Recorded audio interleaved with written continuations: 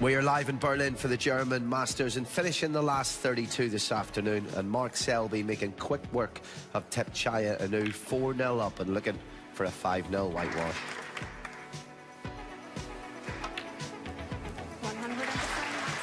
Now, last night Egypt won on penalties, but who will they face in the Africa Cup of Nations final?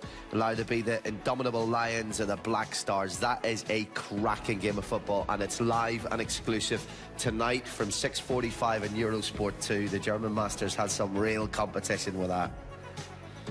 And here's the full picture of the remaining last 32 games going on this afternoon here at the Temperdome in Berlin. The other 4 games certainly slower than what we're witnessing in our main game. Neil Robertson, Thunder from Down Under, we talked about a lot going in. Needs a big tournament, 1-1 with Ben Williston at the moment.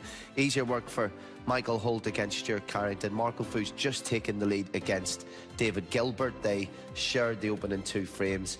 And Anthony Hamilton just taken a 2-0 lead over, of course, a Welsh world champion in Mark Williams. So it's all going on, but we've reached our mid-session interview. Ronnie O'Sullivan and Jimmy White quicker than anyone else. Mark Selby being Mark Selby. We'll start with frame 1, Ronnie. Trouble for Un-Nooh, but doubles first. Yeah, he's put a couple of doubles here. This is one. Played it at a nice pace, angle on the green to get the reds out. So yeah, you know, some players are just blessed at doubles. This was a nice one. Hit a bit firmer. Perfect onto the black. But then, you know, a shot like this, which you fancy him to get, he ain't getting. Yeah. You'd rather him miss the doubles, but get them, you know, because they're confidence boosters. You know, leaving Selby in too easily, really, you know. Who's the best at doubles in the game? I think you said John Higgins. Yeah, John Higgins, yeah. Best at doubles. And that's the key point, I suppose, if we look at frame 2, Jimmy. I mean, Thepchaiya Un-Nooh is getting in, but any mistake, Selby punishes. Listen, he plays one of the greatest shots you'll see all week here. He pops the green with running side. This is, like, such a hard shot, isn't it? Yeah, off of 3 cushions. Digging down. You know, it's an absolute... You've got to have such much talent to play a shot like that. Yeah. And then he's perfect on the red, and he scores like 9. The one that kills me after that is when he's potted the red and he's got a kick on the black, but it's just a shot of an unconfident player. Yeah. Really should have brought it off the side cushion up on the red. A good safety shot there. And then once you start missing balls like that against a top quality player, he's obviously played a very aggressive safety shot there. And eventually it's got him in. Again, not an easy shot. They're a bit smelly, them, aren't they, Jim? Yeah, but the reason that he's ended up on the smelly red is because he played a bad positional shot. He's got in Un-Nooh on 2 or 3 occasions through fantastic pots, which Ronnie would be proud of, to get in to start the game and then miss straight away and give it back to your opponent. When you're doing that, someone like Selby's just sitting there like... He's actually probably missed more easy pots in them 4 frames than he's probably missed in 2 seasons. Yeah. Seriously. I mean, he's just been, like, missing balls like unbelievable. Good getting in, but, like, bad mistakes. Bad. You two never failed to entertain me. I mean, I can say they're bad mistakes now, man, at tournament, can't I? No, but smelly reds. They were bad. Smelly reds is a new phrase. Let's see if there's any smelly shots in frame 3. This was a smelly pink. I've had the smelly red. We've got the smelly pink. Watch this. Look, he misses the pink, which is missable, you know, if you don't cue it straight into the middle. And Un-Nooh's banging. Yeah, Un-Nooh pots his and misses his pink. You've got that, Colin. I mean, we want to get that pink clean. It's that smelly. It's right. Stinking. Yeah, it's frightening. In Selby, you know, he just gets stronger and stronger, Selby. Like, you know, just loving life. I think one of the key points when we were watching it, Ronnie, you were saying, when you don't have the confidence, a lot of first-round exits recently for Un-Nooh, the pockets shrink a bit, you're a few inches out on your position, and those things just don't come naturally, do they?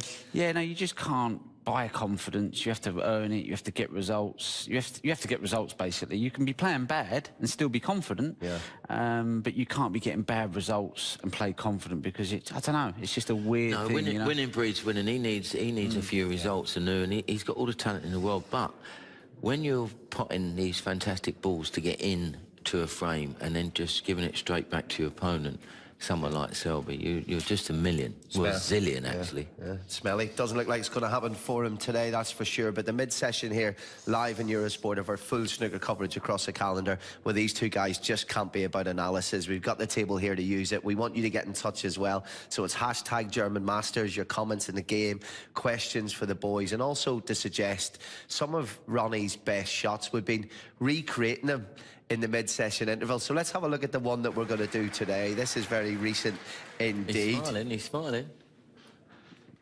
So this is the Masters this year. I think you're 5-4 up at this stage. This is all about precision. Four-sprung dirt technique, Ronnie.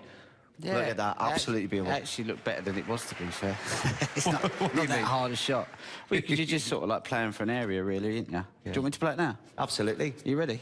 Yeah, what's going through your mind here as a player when you're taking the shot? Or for any amateur players watching? Well, if Ronnie gets on that red that's on that cushion, he opens up. Ronnie's always looking to win the game in one visit, and if he gets onto that red that's tight on the cushion, the whole table's open. All I'm thinking of is get this right, and that just takes care of itself. So you forget about that. Oh, wow. It's just here, and then once you get the throw right, you should actually be automatic to get on the... Fantastic insight. Concentrating only in those, and he's playing it exactly as he said he was going to.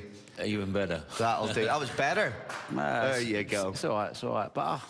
Beautiful. Right. So a really good bit of advice there in terms of, yes, you're playing to put the white ball down there. It's a vast table. That's going to eat up a lot of amateur players. It's quite daunting, but you're concentrating on almost a pull shot here. Yeah, you kind of like, if you get this bit wrong, that's never going to be right. So you get this bit right, then that takes care of itself. Yeah. It's a bit like trapping a ball for Messi. If he messes his first touch up, the second touch is, is a waste of time. So precision is the key.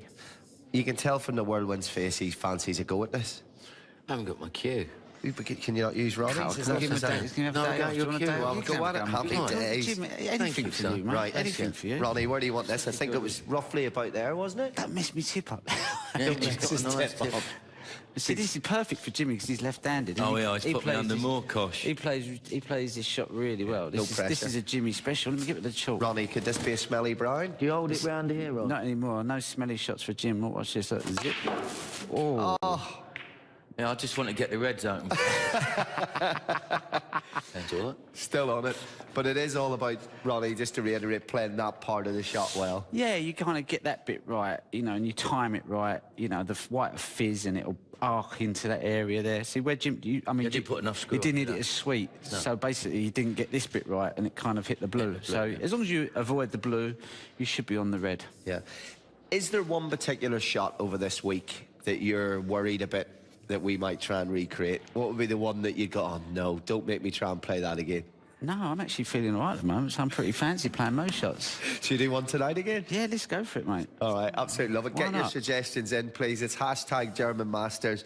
Get in touch with the boys. We're live throughout the all week, and all of your texts and tweets come in directly to us, so the boys will get to see them. Lovely fun at half-time. Not much fun out there for Thepchaiya Un-Nooh. He's 4 frames down at the moment. We're going to need real heroics from him when we come back. He'll nail 5 in a row against Mark Selby. Selby just 1 frame away from the whitewash. Bright, brisk and breezy. That's both the weather outside in Berlin and the style of snooker inside from Mark Selby. 4-0 up. Thepchaiya Un-Nooh on the brink of becoming a tourist for the rest of the week. Any crumbs of comfort looking at the match stats that might lean towards sort of at least a couple of frames back and a bit of confidence for Thepchaiya? 67%. I don't think I've ever seen anything as low as that, to be fair. You'd expect pot success to be around about 90 for these guys. It's highest break 12, and he's had a few good chances. It's not looking good, really, you know what I mean? It's sort of like, it's up against you when you're putting stats in like that. Yeah, we don't see that too often. Highest break 12. And the thing is you so brilliantly pointed out in your analysis, it's not that he hasn't been pulling out the odd miracle shot. It's just that he's getting crushed Selby style. Listen, seriously, Mark Selby and Ronnie O'Sullivan are playing a match together, and they played them 3 or 4 shots, which Un-Nooh done. They would have won that frame, because that's such a great shot, such a confidence booster to get in. I think a simple way of explaining it is basically Un-Nooh's a confident player, would you agree? Yeah. But he has no confidence, so really he ain't got no game plan B, he ain't got no way of dogging it out.